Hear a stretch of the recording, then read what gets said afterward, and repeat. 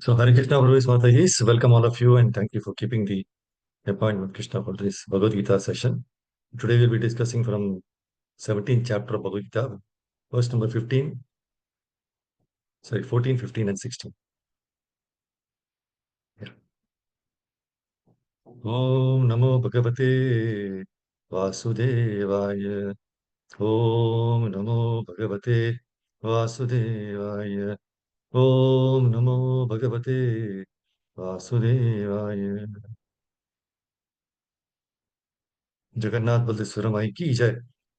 नरसिंह भगवान की जय। पंचतत्व की जय। श्री गोस्वामी की जय। गुरु परंपरा की जय।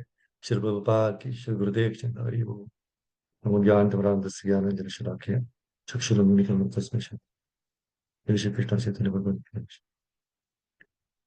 नमो विष्णु कृष्ण विष्णु श्री महाविष्णु स्वामी।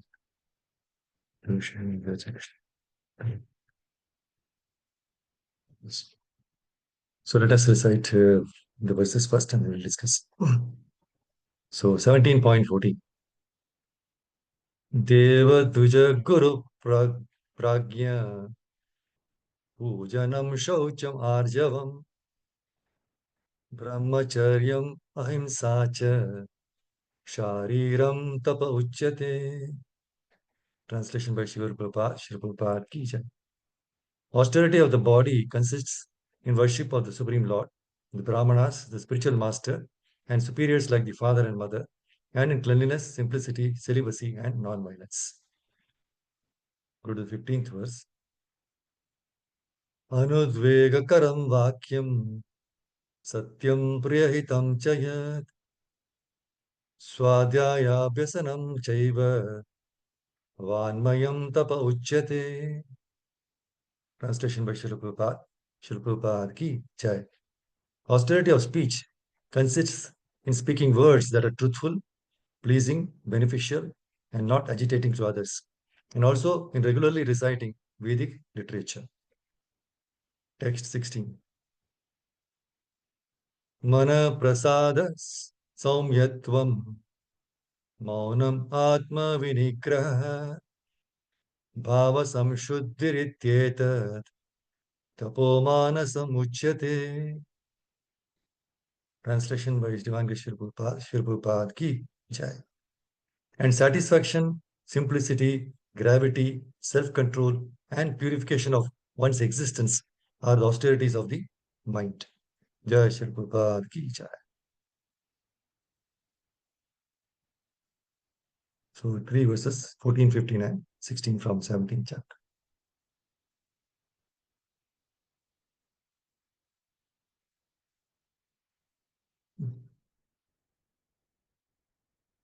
So you already know that from the 16th chapter, Krishna has explained about the people who are faithfully following the Shastra, they are called divine. And those who don't follow, those who are faithless, they are demoniac. Now the question is arising, into which category does a man fit? Who follows with faith, okay, but something other than Shastras. He has faith, but not following the Shastras. Whether he is in goodness, passion, or ignorance. So where is he situated? This is the question. So this, in fact, in 14, verse number 14 up to 19, no, it is describing about the austerity in the modes. So we saw 14 is austerity of body, 15 is austerity of speech, and 17.16 is austerity of mind. So in 17.14, worship of the Supreme Lord, Brahmanas, spiritual master, and superiors like father and mother. That is austerity of body. And the other important points to understand is cleanliness, simplicity, celibacy, and non-violence. Then 17.15 speaks about austerity of speech. That is speaking truthful words. Then process of speaking in spiritual circles is to say something upheld by the scriptures. And we should back up with the verses concerned. So speaking truthful words, speak as per spiritual scripture, as per the scriptures, then it should be pleasing. Your speech should be pleasing. It should be beneficial and not agitating to others. And Prabhupada refers in the purport, teacher can correct only his students, even if it is agitating, but not others who are not his students. Also, and the next point is also regularly reciting Vedic literatures. This is also auxiliary of the speech. And one should study the limitless stock of Vedic literature is available. Then the 17.16, austerity of mind. He speaks about gravity in thought, satisfaction, simplicity, self-control, and purification of one's existence.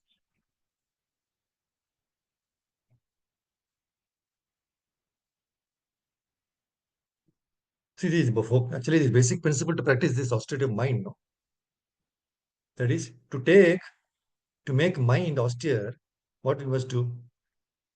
One must detach from sense gratification and train the mind to always think good for others. This is basic principle to practice this austerity of mind. And he speaks about gravity in thought, right? So best training for the mind is not to deviate from Krishna consciousness. That is first point. And another is always avoid sense gratification. Two things, gravity in thought. This is the best training for the mind. Not to deviate from Krishna consciousness, always absorbed in the Krishna consciousness. And always avoid sense gratification. Then how about satisfaction? Is obtained by taking the mind away from thoughts of sense enjoyment. And the best course is to divert the mind, not by the Kali Yuga engagements, but by Vedic literatures. Like there are satisfying stories, like Puranas, Mahabharata, Bhagavatam, Bhagavad Gita, right? Then simplicity means, Prabhupada says, devoid of duplicity and think of others' welfare. And self-control. Control of mind implies detachment from sense gratification. And under self-control, silence. Silence implies always thinking of self-realization. And then lastly, it is purification of one's existence. That is by straightforward dealings. So the point is, see, the scriptures, they clearly insist that the human form of life is meant for tapasya or penance or austerity, by which we can purify our existence. But what is our idea of tapasya? Our idea is going to the forest and meditating. This is highly impossible in this age, right? So we think that we cannot do any austerity because it is not possible. It's not possible. So we think that we cannot do austerity also. That's why in Bhagavad Gita, Krishna, he lists the austerity of the body, the words, and mind. And these are austerities which we can follow in our daily lives and purify our valuable human existence. That's why austerity of the body, right? 17.14. Deva Duja Guru Pragya Pujanam Shaucham Arjavam Brahmacharyam Ahimsacha Shariram Tapa Uchyate. So austerity of the body consists in worship of the Supreme Lord, the Brahmanas, the spiritual master, superiors like father and mother, and in cleanliness, simplicity, celibacy, and non-violence. And austerity of speech we saw just now, right? Austerity of speech consists in speaking words that are truthful, pleasing, beneficial, not agitating to others, and also in regularly reciting Vedic literature. And austerity of mind, that is 17.16, satisfaction, simplicity, gravity, self-control, and purification of one's existence are the austerities of the mind. See, all our sinful activities are performed either by the body or by the words or by the mind or by their combination. So by following these austerities, of body, speech, and mind, by following this, we are saved from committing all these things. So regarding the austerity of the body, Prabhupada writes that one should not do anything which is not sanctioned by the scriptural injunctions. So it becomes very clear that in order to follow the austerity of the body, knowledge of the scriptural injunctions is essential. So that means study of the scriptures is a must. So Krishna says that the superiors must be offered obeisances. And this practice can be followed by us. That's why in Manusmriti, it is said, Abhivadana Shilasya Nityam Vruddhopa Sevina Tasya chatvari vardante ayurvidya yasho balam. Please hear, very nice point. Just by offering obeisances to the superiors, four things keep increasing. Just by offering obeisances to the superiors, four things keep increasing. What are those? Lifespan, knowledge, fame, and strength. See, in olden days, see, previously the children were simply following the practices of elders without questioning in earlier days, right? Nowadays, children want explanation for everything. So that is why it is very important that we study the scriptures so that we can convince ourselves of the importance of these practices and also convince the younger generation. Now, regarding the austerity of speech, one of the important items is swadhyaya, or the regular recitation of Vedic literature. That's what reciting of shlokas, right? Hearing Krishna Katha, chanting Hare Krishna mantra. So Srila Prabhupada writes very wonderfully in the purport. The process of speaking in spiritual circles is to say something upheld by the scriptures. One should at once quote from scriptural authority to back up what he is saying. At the same time, Prabhupada says, such talk should be very pleasurable to the ear. By such discussions, one may derive the highest benefit and elevate the human society.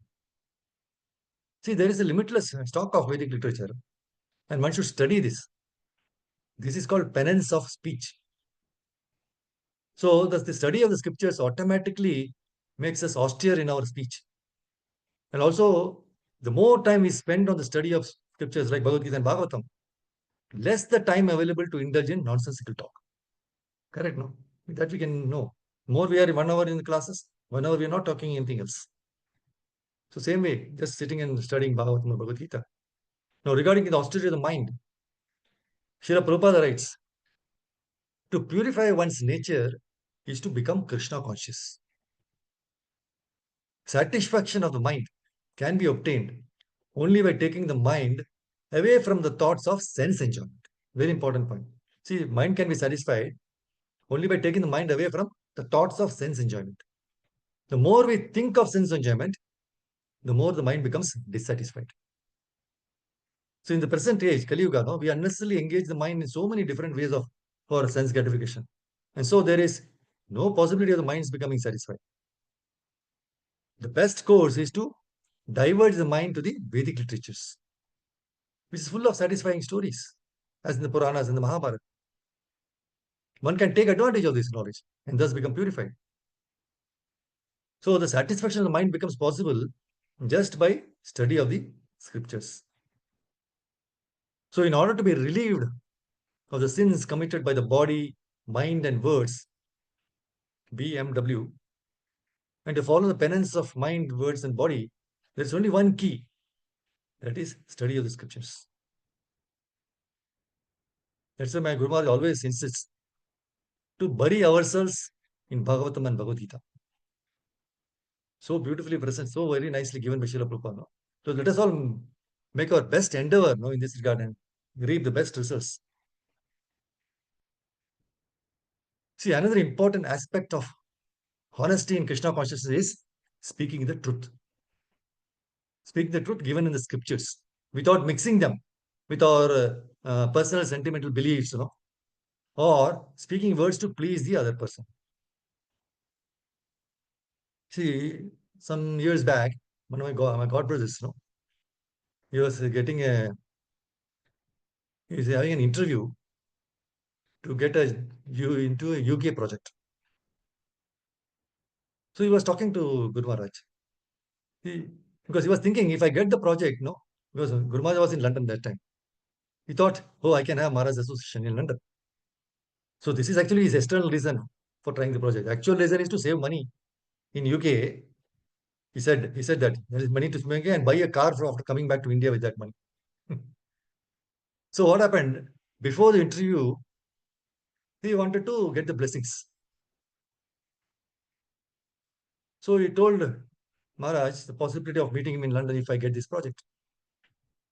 So his expectation was that Maharaj will say, don't worry, Krishna will clear the interview for you and you can come to UK and we will meet there. This is what he was thinking. His expectation. So when he called and sought his blessings, Maharaj said, all the best for your interview. But please remember, whether the outcome of interview is yes or no, our answer to Krishna should always be yes. We are not interested in success or failure of interview. We should rise above these dualities and be fixed in devotional service. He was wonderstruck by these powerful words, no? And honesty in answering. See what happens, no? A dishonest person would speak words that we wish to hear. Understood? A dishonest person will always speak words that we wish to hear. Whereas a honest person speaks only those words that we must hear. We may not like it, but that is the truth. So this is truthful. So the speech must be sunritam. Sunritam is truthful and pleasing.